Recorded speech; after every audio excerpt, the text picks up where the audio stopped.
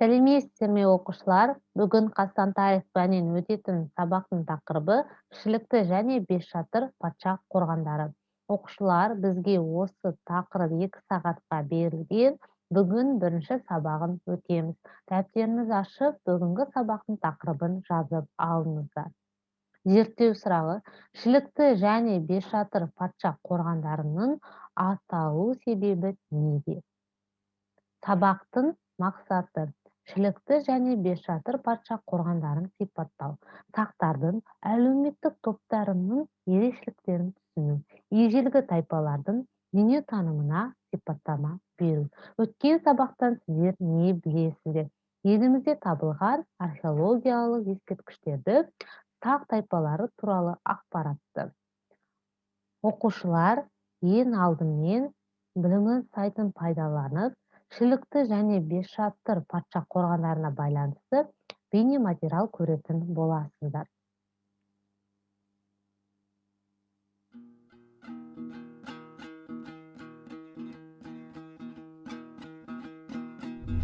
Бұл жер Алматы облысындағы Желшалғыр тауының етегінде Іле өзенінің оң жақ бойында жағалай орналасқан патша қорғандар шоғыры.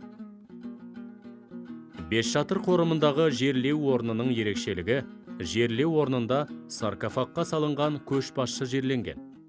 Сағанасы 3 бөліктен тұрады. Олар дромос, яғни дәліз, кіреберіс және жерлеу бөлмесі.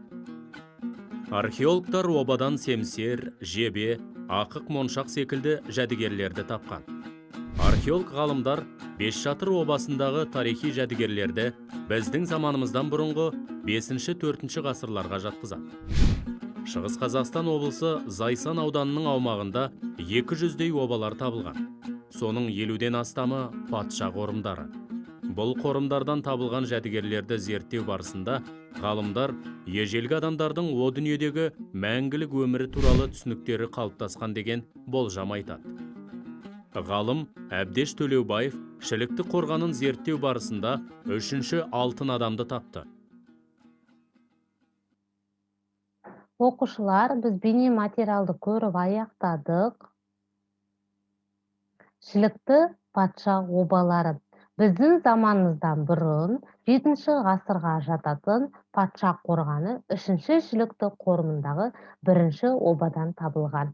Биіктігі 8 метр, диаметрі 100 метр болатын үлкен қорымнан киімі алтынмен безендірілген ер адам табылған.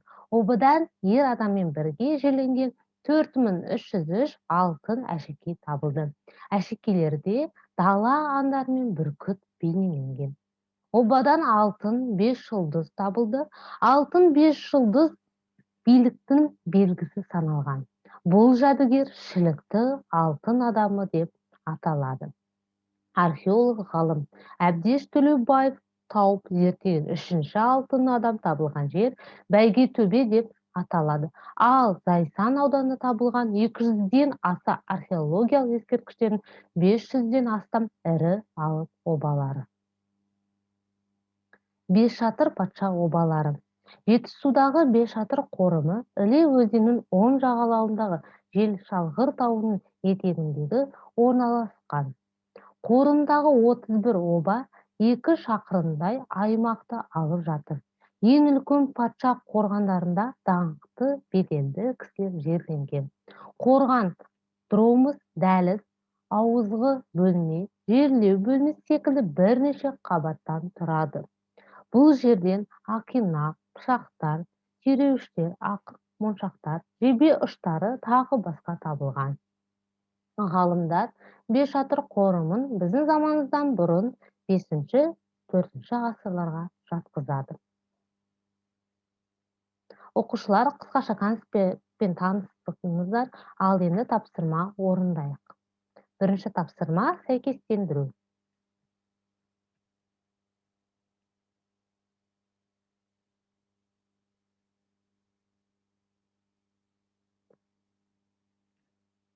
Оқушылар, бірінші тапсырманы орындап болсаңыздар, екінші тапсырманы орындайық.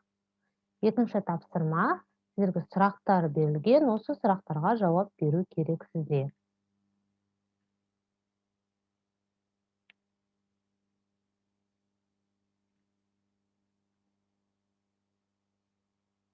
Оқушылар, егер сіздер тапсырмаларды орындап болсаңыздар, бүгінгі біздің сабақ аяқталды. Сау болыңыздар.